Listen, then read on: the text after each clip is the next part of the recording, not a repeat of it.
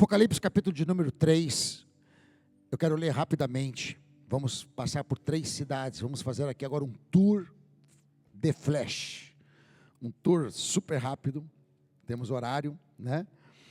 Mas Deus já está nos abençoando, eu já estou abençoado nesse lugar, eu já estou recebendo do Senhor, e vou receber mais agora, e nós vamos receber mais.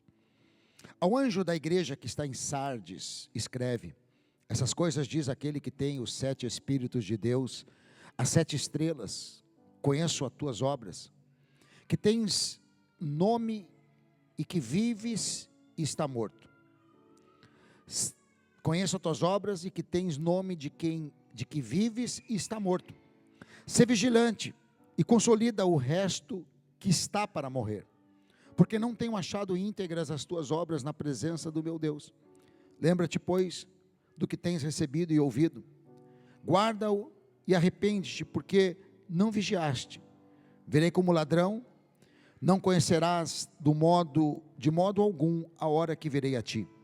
Tens contudo em Sardes umas poucas pessoas que não se contaminaram as suas vestiduras e andarão de branco junto comigo, pois são dignas. O vencedor será vestido de vestiduras brancas.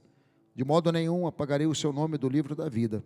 Pelo contrário, confessarei o seu nome diante do meu Pai e diante dos anjos. Pule Filadélfia, ou melhor, vamos ler Filadélfia. Ao anjo da igreja de Filadélfia escreve: essas coisas diz o santo, o verdadeiro, aquele que tem a chave de Davi, que abre e ninguém fechará, e que fecha, ninguém abrirá. Conheço as tuas obras. Eis que tenho posto diante de ti uma porta aberta, a qual ninguém pode fechar. Que tens pouca força, entretanto guardaste a minha palavra e não negaste o meu nome. Eis que farei que algum dos que são da sinagoga de Satanás, esses que se declaram a si mesmos judeus e não são, mas mentem, eis que farei vir, prostrar-se aos teus pés e conhecer que eu te amei, porque guardaste a minha palavra, perseverança, também eu guardarei na hora da provação, que há de vir sobre todo o mundo, para experimentar os que habitam sobre a terra. Venho sem demora, conserva o que tens, para que ninguém tome a tua coroa. Ao vencedor, faloei coluna no santuário do meu Deus, e daí jamais sairá, e gravarei também sobre ele o nome do meu Deus, e o nome da cidade do meu Deus, a nova Jerusalém, que desceu do céu, vinda da parte do meu Deus, o meu novo nome. A carta à igreja de Laodiceia. Ao anjo da igreja de Laodiceia escreve: essas coisas diz o Amém, a testemunha fiel e verdadeira, o princípio da criação de Deus. Conheço as tuas obras, que nem és frio e nem quente. Quem dera foste frio ou quente, assim porque és morno e nem és quente nem frio, estou a ponto de vomitar-te da minha boca. Pois dizes: estou rico, abastado, não preciso de coisa alguma, nem sabe tu que és infeliz, sim, miserável, pobre, cego e nu. Aconselho que de mim compres ouro refinado pelo fogo, para te enriqueceres, vestiduras brancas para te vestires, a fim de que não seja manifesta a tua vergonha e a tua nudez, e colírio para ungir os teus olhos, a fim de que vejas. Eu repreendo e disciplino todos quanto amo. Sê, pois, zeloso, arrepende-te, eis que estou à porta e bato. Se alguém ouvir a minha voz e abrir a porta, entrarei na sua casa, cearei com ele e ele comigo. Ao vencedor, dar-lhe-ei sentar-se comigo no meu trono, assim como também eu venci e me sentei com o meu Pai no seu trono. Amém, gente? Vamos lá. Vamos passear por essas 3 igrejas e essas 3 cidades. 2 cartas meia duras e uma carta bacana. Se eu fosse o recebedor, eu queria ser a igreja de Filadélfia, que Jesus só elogiou.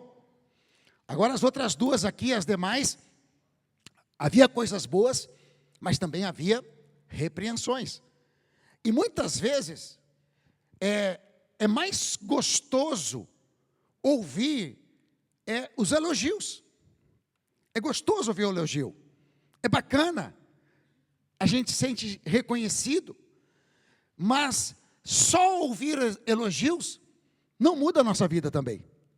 É importante que exista alguém que nos repreenda. É importante que exista alguém que nos exorte.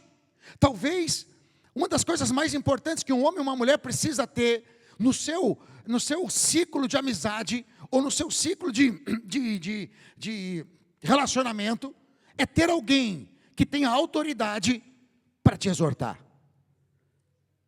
O Felipe que falou aqui, Reis que falou, olha, foi muito bom lá o encontro de homens, porque o pastor José estava tranquilo. Porque aquele que exorta ele não estava lá. Não foi isso que ele falou? Foi isso que ele falou, gente. Está vendo? Mas eu dou glória a Deus pela vida da minha esposa. Porque ela é uma mulher sábia. E quando a gente acha que está por cima da carne seca, ela diz para mim, menos, tu não é tudo isso. Baixa a bola. Mulher sábia edifica o seu lar. Mas também quando eu estou para baixo, ela diz mais. Você foi chamada para fazer muito mais. Então nunca se afaste de alguém que pode te repreender. E não é só a esposa sábia, mas é um amigo verdadeiro. É um amigo verdadeiro que talvez as palavras que ele vai falar naquele momento, pode ser uma palavra dura, uma palavra que você não gostaria de ouvir, mas ele te ama, ele realmente se importa com você, e por isso ele está te chamando a atenção. E dizendo, olha, esse caminho que você vai trilhar aí, não é para você. Não se envolva com esse negócio, não se envolva com essas pessoas. Ei, você está diferente, você está mudado. O que aconteceu com você? Então, é importante, e é uma das coisas que eu aprendi na minha vida, nunca me afastar de pessoas que podem me repreender ou me exortar. Porque a exortação, ela pode trazer uma tristeza momentânea, mas ela traz vida. Ela traz melhoramento, ela traz crescimento, ela traz alinhamento. E por isso a palavra de Deus, ela tem que nos motivar, ela tem que nos dar esperança, mas a palavra de Deus, se ela não exortar, ela se torna estéril. Porque nós, muitas vezes, viemos a um culto e queremos sair motivados. E é interessante porque é bom sair motivado. E eu amo pregar sobre motivação baseada na palavra de Deus, mas também é muito bom quando a gente sai daqui gemendo. É muito bom quando a gente sai daqui confrontado. É muito bom quando a gente é confrontado com a nossa realidade, quando Deus nos confronta com a nossa realidade, porque verdadeiramente nós realinhamos a nossa trajetória. Amém, gente? Então, gente, não se afaste daqueles que podem te exortar.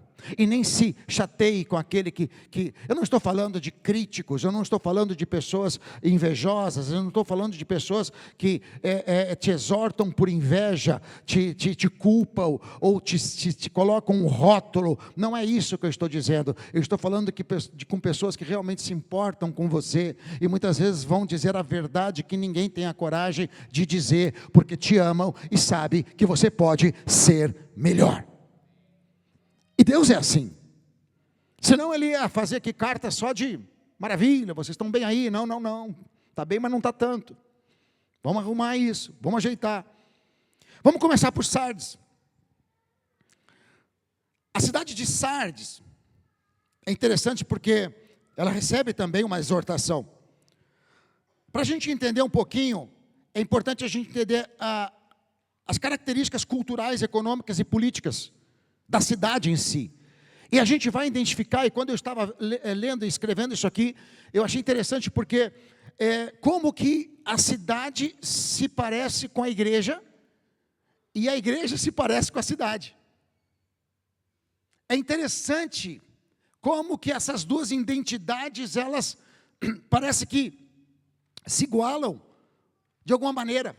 Talvez por isso que o apóstolo Paulo, ele não, quando escreve para as igrejas que ele abriu, ele não fala a igreja Embaixada Church, a igreja presbiteriana, a igreja batista, a igreja tal. Não, ele fala a igreja de Filipenses, aos filipenses, a igreja que está em Filipe, a igreja que está em Colossenses, a igreja que está, ele dá o nome da igreja como o nome da cidade.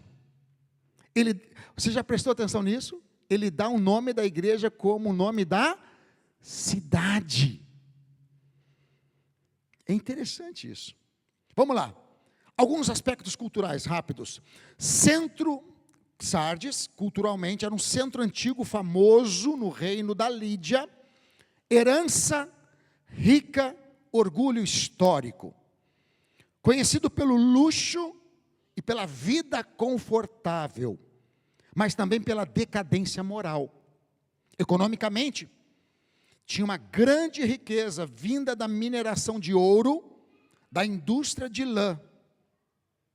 Também era um local estratégico de rotas comerciais importantes. Na política foi uma capital muito poderosa, mas no período romano havia perdido a importância política, vivendo de um passado glorioso. Eu vou repetir isso aqui, vivendo de um passado glorioso. Você conhece alguém que vive de um passado glorioso? Você conhece alguma instituição que vive de um passado glorioso?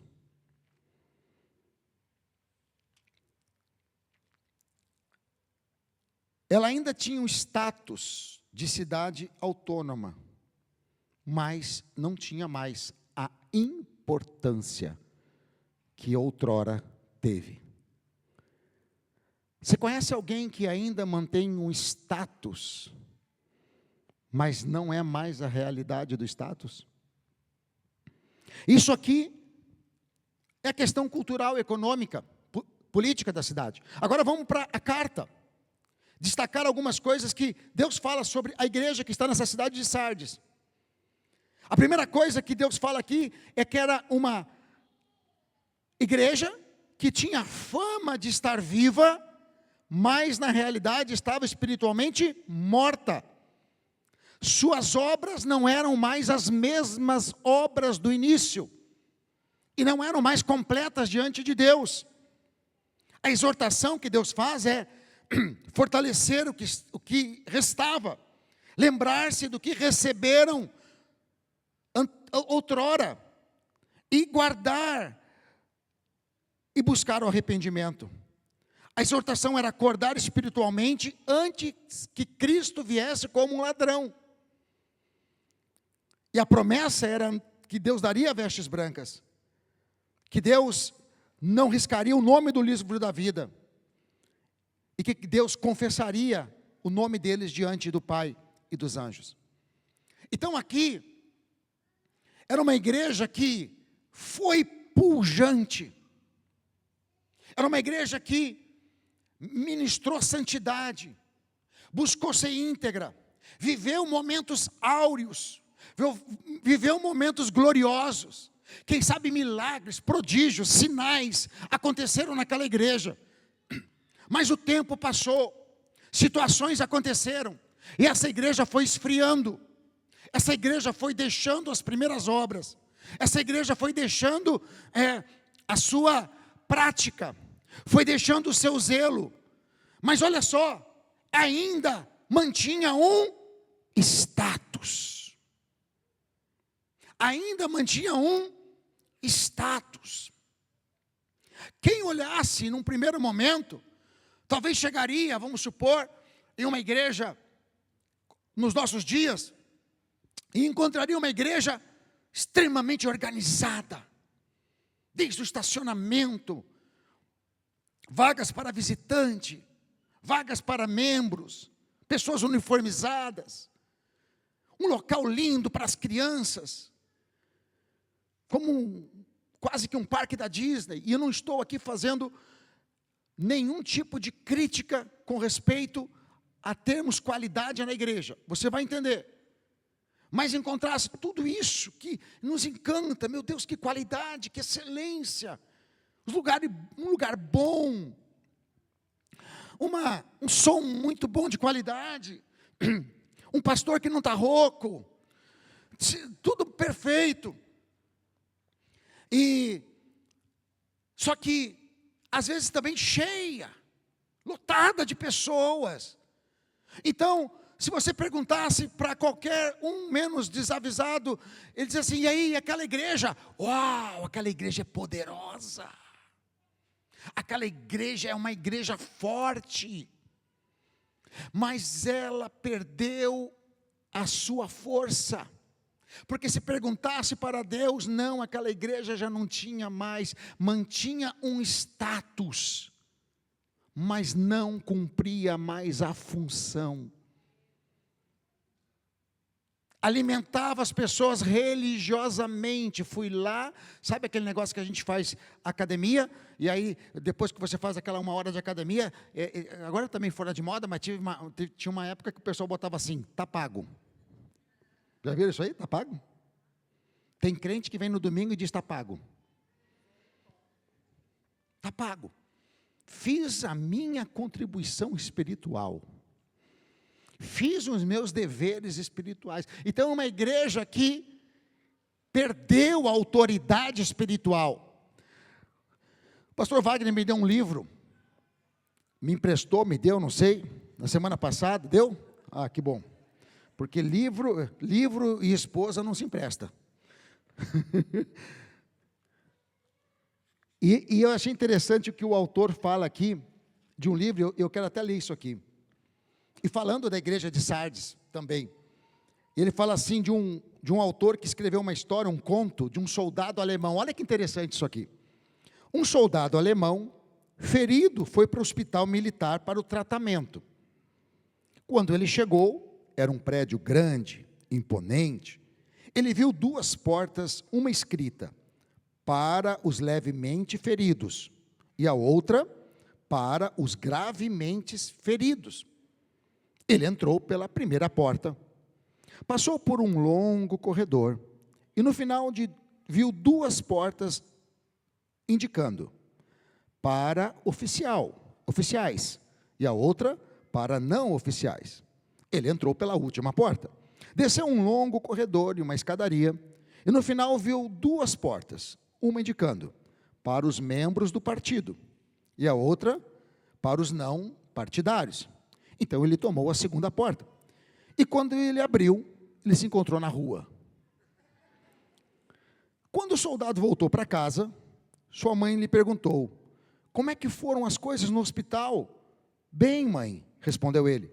Para dizer a verdade, as pessoas de lá não fizeram nada por mim, mas você deveria ver a organização que eles têm. Imagina alguém que encontra uma igreja assim.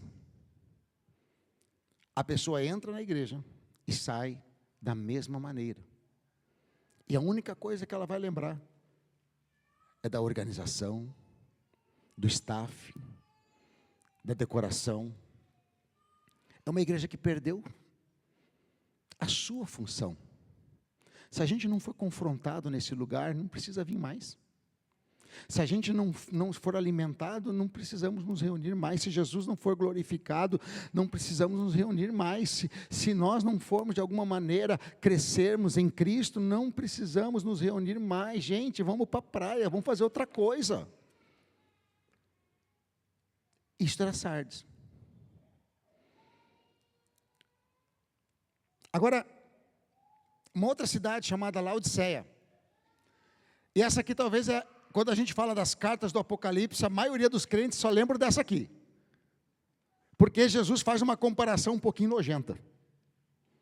Né? Porque não és frio e nem quente. Estou a ponto de vomitar-te da minha boca. Vamos começar um pouquinho de Laodiceia. Culturalmente era um centro intelectual. Olha que interessante, gente. Olha que interessante. Era um centro intelectual e médico, famoso pela escola de medicina e pelo colírio, que ali foi desenvolvido para os olhos, e ia para toda a Ásia, aquele colírio. era um centro de laboratório médico. Orgulho cívico forte, cidade autossuficiente e orgulhosa. Eu não peguei isso aqui do livro aqui, não. Eu peguei isso aqui do Maiá. Então não tem nada a ver com cristão, que eles estão falando aqui. Eles estão falando de coisas culturais, econômicas da cidade. Ok? Orgulho, mas é impressionante a proximidade com a igreja. Orgulho cívico, forte, cidade autossuficiente e orgulhosa. Economicamente, extremamente rica. Centro bancário da região. Lá que se inventou as primeiras moedas. Reconstruiu-se sozinha depois do terremoto de 60 depois de Cristo. Tinha dinheiro sem precisar ajuda de Roma. Era uma igreja era uma cidade autossuficiente. Politicamente, uma cidade de grande influência local e com autonomia significativa. Reconhecido como cidade modelo do império, mas espiritualmente indiferente. Agora, o que Deus fala na carta? Igreja morna, nem frio, nem quente, que causa náuseas em Cristo. Achava-se rica o suficiente, e na verdade era pobre, cega e nu. Gente do céu, como se parece com a cidade? Será que é só eu que vi isso? Era uma igreja que se achava que não precisava de nada. Temos dinheiro, não precisamos nem orar para projetos. Tem dinheiro, faz. Talvez uma das piores maldições que pode haver na vida de um homem que não tem temor de Deus é ter dinheiro. Porque a hora que ele tem dinheiro, ele começa a fazer besteira. A hora que ele tem dinheiro, ele começa a fazer coisas porque ele se acha que pode. E que agora ele pode todas as coisas. Ei, mas não é só homem, não. A igreja tem que cuidar com isso também. E eu cuido do meu coração, eu digo, Senhor, nós precisamos de recursos, Pai, mas guarda o nosso coração, porque se começar a ter recursos demais, e não quero que não tenha, mas tenho que cuidar o coração, porque de repente a gente toma decisões de fazer coisas que Deus não quer que faça. Se envolver com coisas que Deus não quer que faça, que não faz parte do chamado, da visão. Então a gente tem que ter temor do Senhor. Então essa igreja ela era autossuficiente, como a cidade era autossuficiente. Não, eu não preciso de nada. Se vier um terremoto, eu tenho dinheiro para reconstruir. Se vier um problema, eu não preciso de Deus, eu tenho dinheiro para sair do problema. Era essa igreja. Mas ela também se dizia cristã. Então, na verdade, por não confiar em Deus e não colocar em Deus a sua confiança, ela era morna. Ela nem era quente, nem era fria. Ela era morna. Olha os conselhos que Deus dá para ela. Antes de trazer essa exortação, ó, na verdade ela se achava espiritual. Ela se achava a igreja mais espiritual. E Deus diz assim: na verdade você é pobre, você é cego e você está nu. Você sabe o que é estar nu? Eu vou contar aqui algo para vocês. Não contem para ninguém, porque eu tenho vergonha. Eu tive 2 sonhos. Já tem um tempo isso. E eu, nesse sonho, eu não sei o que é, não lembro exatamente, mas por 2 vezes eu estava assim, nu. E aquilo me incomodou, porque eu sentia vergonha de estar indo nos lugares, e eu disse, meu Deus do céu, onde é que tem uma bermuda, onde é que tem não sei o quê, eu preciso botar alguma coisa. E aquilo me incomodou de uma maneira, não sei se você já sonhou de alguma maneira assim, não era nenhum sonho sexual, não era nenhum sonho sensual, não era nada disso, era simplesmente nudez de vergonha. Estão entendendo? E aí o que aconteceu? Obrigado. Aí o que aconteceu? Eu fui orar a Deus porque eu acordei muito incomodado. E aí Deus falou comigo: cuidado, para não subir no púlpito, nu. E eu entendi.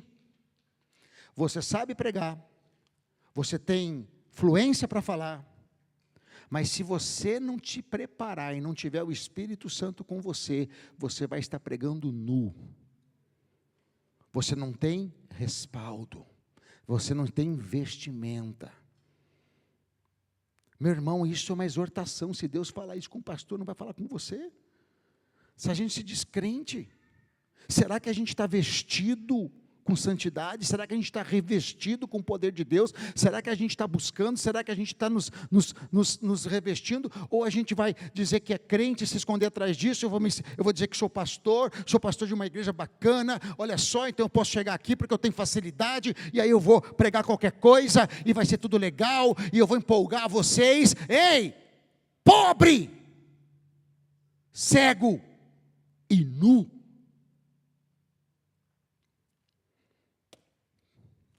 É o que aconteceu com essa igreja. E olha que interessante. Aconselho comprar de mim ouro refinado, que quer dizer verdadeira riqueza espiritual. Porque lembre-se, era uma igreja rica, era uma igreja próspera, mas era miserável. Era miserável. Quantas pessoas prósperas são miseráveis nas suas ofertas, nas suas sementes. Interessante que Jesus, quando ele vai falar das ofertas, o único texto bíblico que ele fala de oferta, diz que ele estava do lado do lugar onde eles colocavam as ofertas, e vindo uma viúva, jogou uma moeda ali. E aí ele disse assim: essa mulher deu a maior oferta deste dia.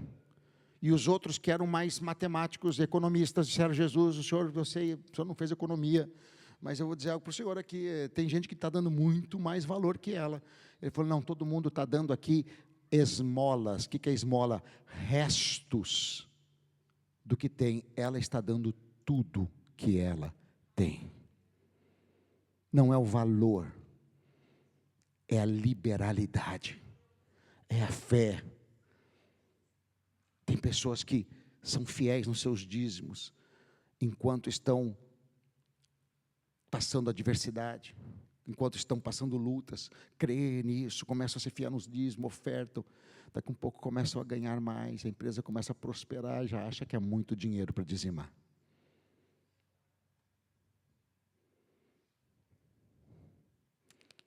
Pobre, miserável. Ou nós cremos que Deus é o nosso provedor,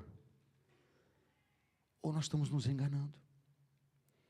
Ele diz: compre ouro refinado. Compre ouro refinado, está falando de buscar as coisas que são do alto, buscar os princípios que são do alto, isso é mais importante.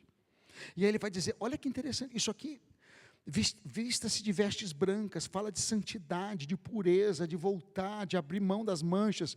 E agora, a parte mais importante, que eu achei, não mais importante, mas mais, para mim, que me chamou a atenção: unja os teus olhos com colírio. A cidade era o laboratório do colírio.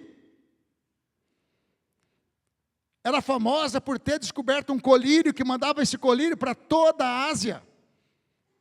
Olha como Deus usa isso e diz assim: e eu aconselho que unja os teus olhos com colírio. Não esse colírio que vocês usam em toda esquina, que vende em todo lugar aí. Esse colírio não é para essa visão humana, não é para essa visão terrena, mas eu quero que vocês tenham uma visão celestial. Eu quero que vocês tenham uma visão da minha palavra. Eu quero que vocês vejam além do que é natural. Uau! Tinha que ser para essa cidade. Zele e arrependa-se. Meu Deus. Porque Cristo está à porta e bate. O que abrir a sua porta terá comunhão íntima com Ele. E ao vencedor será dado sentar-se ao trono junto com ele. E aí chegamos em Filadélfia. Culturalmente, uma cidade com objetivo missionário. Olha que interessante. Não era missão cristã, mas eram missionários gregos que tinham ali a tarefa de espalhar a cultura helênica para as regiões vizinhas. É uma cidade que nasceu para ser missionária da filosofia grega. Tinha forte influência, com templos, festivais. Dá para ver que tinha muitas espiritualidades, manifestações espirituais que não eram cristãs, pagãs. É uma região também vinícola, próspera, famosa por produção de vinho e uva, videiras. Era sujeita a terremotos, uma área muito sujeita a abalos. Politicamente, era uma cidade nova para o império. Era uma porta de entrada da cultura grega para a Ásia Menor. Era fiel a Roma e recebeu alguns títulos de honra por isso. Agora, olha o que Deus fala para essa igreja que estava nessa cidade. Você é frágil, você não tem força, mas é fiel à minha palavra e não negou o meu nome. Não há nenhuma repreensão para essa igreja. Só tem elogios para essa igreja. Só tem elogios. Conheço as tuas obras, e eu coloco diante de ti uma porta aberta que ninguém vai fechar. E também feche uma porta que ninguém pode abrir. Sei que você não tem muita força, entretanto guardasse a minha palavra e não negasse o meu nome. E eis que farei daqueles que estão na sinagoga de Satanás, esses aí eu vou colocar debaixo dos vossos pés. Porque guardaste a minha palavra com perseverança, também eu guardarei na hora da provação. Sabe que talvez eu possa comparar essa igreja aqui com essa missão na África. E eu não quero dizer que para ser santo ou ser poderoso tem que ser pobre ou miserável. Não é essa a mensagem. Mas eu posso comparar com essa missão na África, que não tem muito dinheiro, que não tem muito recurso, que está num país extremamente mergulhado na feitiçaria. Vocês conhecem, sabem essas histórias? Mas se manteve fiel. A única coisa que eles tinham era a palavra. A única coisa que eles têm é a palavra. A única coisa que eles têm é a palavra. A única riqueza que eles têm é a palavra. Eles não têm um ar-condicionado, eles não têm um LED, eles não têm uma cadeira dessa aí, e nós não precisamos nos sentir culpados por ter. Não é isso que eu estou falando. Eu não estou fazendo uma apologia aqui a sermos miseráveis, não é isso, mas eu estou dizendo que nós temos que ter sim, é o mesmo coração que eles têm. A mesma alegria que eles têm de comer feijão e arroz e dar glória a Deus porque estavam comendo feijão e arroz. A mesma alegria que eles têm de batizar as pessoas num rio sujo como aquele e estar feliz porque está vendo filas de pessoas sendo batizadas naquele lugar. É isso que nós não podemos perder, gente. Nós podemos ter a igreja mais linda, nós podemos ter a igreja mais organizada, nós podemos ter a igreja, e eu quero isso, é claro que eu quero, é claro que você também quer. Nós podemos ter a igreja próspera, podendo abençoar vários lugares, mas nós não podemos perder o coração de Filadélfia. Não podemos perder o coração. Fique em pé nesse momento. Aleluia, nós não podemos perder o coração de Filadélfia. O Senhor nunca vai nos repreender por sermos prósperos. O Senhor nunca vai nos repreender por sermos organizados. O Senhor nunca vai nos repreender por termos um status. Não, não é isso que Ele estava repreendendo. Ele estava repreendendo é porque essas igrejas perderam o coração de Filadélfia. Perderam o coração de Filadélfia. Perderam o coração de Filadélfia. Apesar dos terremotos, apesar dos abalos, vocês guardaram a minha palavra. Apesar dos problemas na vida, apesar das percas, apesar das adversidades, vocês guardaram a minha palavra, e por causa disto, eu colocarei a sinagoga de Satanás debaixo dos vossos pés. Está ali escrito: eu colocarei a força do inferno debaixo dos vossos pés, porque você pode ser uma igreja pobre, pode ser uma igreja considerada fraca, mas vocês têm autoridade para pisar em serpentes, escorpiões e todo o poder do mal. Ah, meu irmão, eu quero que você entenda. Eu quero sim que nós possamos ser prósperos sobre a terra. Não tem problema de você ter uma casa maravilhosa. Eu quero que você tenha. Eu oro por isso. Não tem problema de você ter bons carros, um bom rendimento, poder viajar com a sua família. Que maravilha isto. Não tem problema de nós como igreja podemos ter amanhã um templo próprio, lindo, com toda a tecnologia, sermos organizados, sermos detalhistas, buscarmos excelência. Tudo isto é maravilhoso e eu desejo de todo o meu coração. Mas a minha oração é que nós nunca venhamos a deixar de ser Filadélfia. Filadélfia, que guarda a palavra, que zela pela palavra, que apesar dos problemas de estarmos em um lugar de feitiçaria, continuarmos sendo uma igreja missionária, que ganha vidas. Tem um banner na entrada lá. Talvez alguns viram, talvez alguns não viram, porque não é um banner que tem uma promoção, não é um banner que fala de algo que você vai ganhar, mas está escrito assim: 1000 almas. 1000 almas. Sabe o que é isto? Eu estou pedindo a Deus: pede-me e eu vos darei as nações por herança. 1000 almas. Eu quero continuar a ser uma igreja missionária, uma igreja como pessoas que eu atendi essa semana, casais que não conheciam o Senhor, eram envolvidos com práticas erradas, mas aceitaram a Cristo. E eles conversando comigo essa semana, dizendo: pastor, Deus mudou a nossa vida, Deus mudou o nosso casamento, Deus mudou a história da nossa família neste lugar. Oh, glória a Deus. Eu não quero 1000 almas de outras igrejas nesse lugar, porque eles já estão salvos. Eu quero 1000 almas de pessoas que estão pensando em tirar sua vida, pessoas que estão angustiadas, pessoas que não conhecem o Senhor, pessoas que estão debaixo da influência das drogas. Eu quero 1000 almas de pessoas que não têm R$1, $1 no bolso. Não importa, eu sei que Deus quer restaurar a vida deles. Eu não quero ganhar pessoas somente influentes, mas eu quero ganhar aqueles que precisam da graça. Ah, mas e os influentes? Sim, também quero ganhá-los, porque muitas vezes são tão miseráveis, tão pobres, que só tem dinheiro, não tem paz, não tem família, não tem esposa, não tem filhos. Precisam de Jesus, porque apesar do dinheiro e das mansões no canal, são pobres, miseráveis e nus, e precisam de ouro refinado do céu, e colírio para os olhos, e paz para a alma.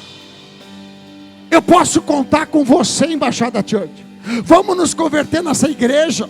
Vamos nos converter nessa igreja próspera. Vamos nos converter nessa igreja organizada. Vamos nos converter nessa igreja de excelência. Vamos nos converter nessa igreja de serviço, que serve. Mas vamos nos converter a cada dia mais a igreja do coração de Filadélfia, a igreja que guarda a palavra, a igreja que permanece mesmo quando é perseguida, a igreja que permanece firme, amando ao Senhor, e que sempre vai ter autoridade para colocar o diabo no seu lugar, que é debaixo dos nossos pés.